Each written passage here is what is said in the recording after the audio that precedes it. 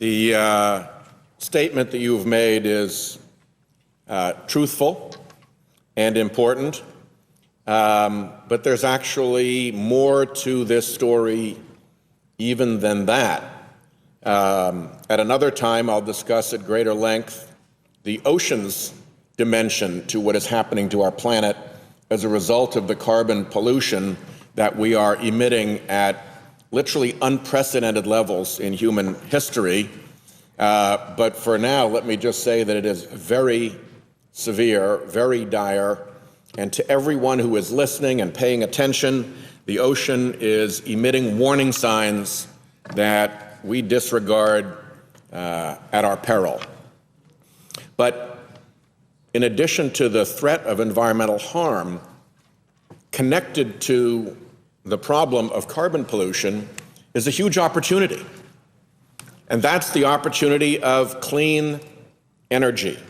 Clean energy will drive the decades to come. Clean energy jobs can and should be powering our economic recovery. Madam President, we are in a race right now. We are in a race for dominance and for preeminence in the clean energy economy that is emerging. All around the world, other countries see it. They're competing in that race. They're putting everything that they have into winning that race.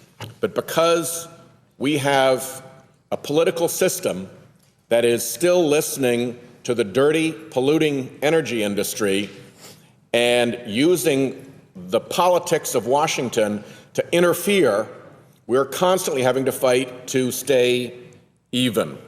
One of the things we're fighting right now to preserve is the Section 1603 Treasury Grant Program, which will expire at the end of this year if we do nothing.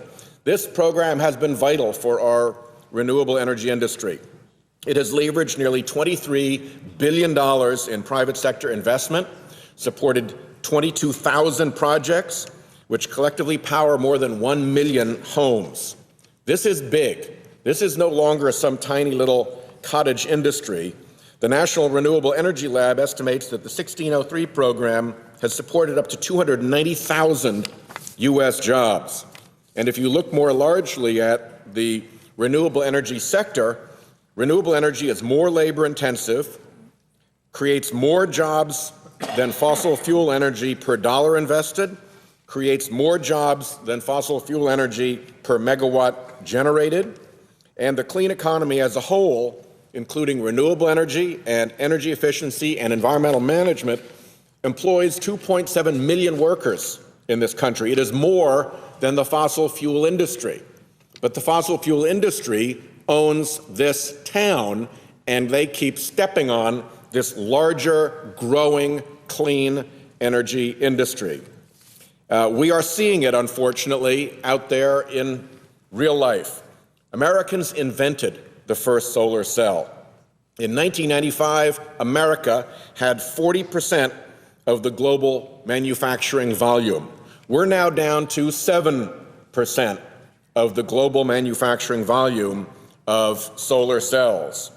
China is investing $20 billion more in clean energy every year to accelerate ahead of us. European countries have feed-in tariffs so that investors can know what their clean energy product will sell for, and that is attracting capital and growth there. And we simply are not keeping up. We are now, in the United States of America, the home to only one of the top 10 wind turbine manufacturers. This is an unhealthy place to be, and we need to get back into this fight. Mature industries that America leads have demonstrated the important role of government intervention at the early days. Our commercial aviation industry has been the envy of the world through its entire history. The United States of America subsidized airmail to help support this fledgling industry.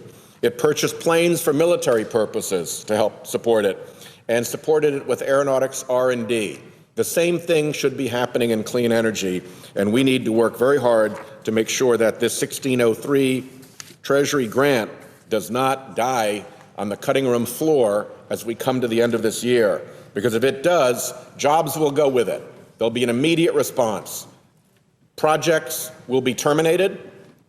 People will be laid off. Divisions of companies and smaller companies will close. And it is an unnecessary, self-inflicted injury that we should avoid. Let me just bring it home. In Rhode Island, this project has facilitated solar panel installation on 3 new bank branches that TD Bank has opened up in Barrington, in East Providence, and in Johnston, Rhode Island. Those projects created jobs, they put people to work, they lower the cost for those banks of their electrical energy, and they get us off foreign oil and away, step by step, from these foreign entanglements that we have to get into to defend our oil supply.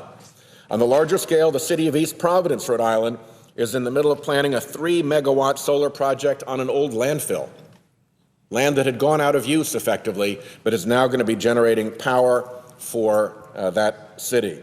Construction has also begun on 3 wind turbines out at the Fields Point wastewater treatment facility in Providence.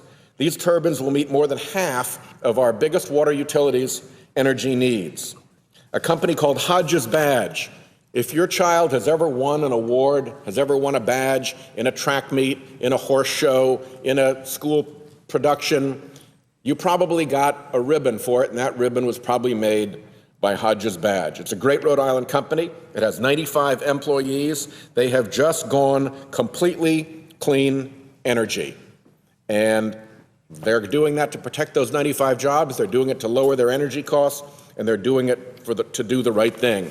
So I want to salute Senator Sanders for his eloquence on the real problem of climate change and the campaign of lies and propaganda that has interfered with our ability to deal with what is a real and emerging problem, but also to point out that the second step in this is that there are jobs and there is economic success behind the clean energy industry that will lead us out of the predicament that we are creating for ourselves because people here are in the thrall of the polluting industries. Thank you very much, Senator Sanders. Thank you very much.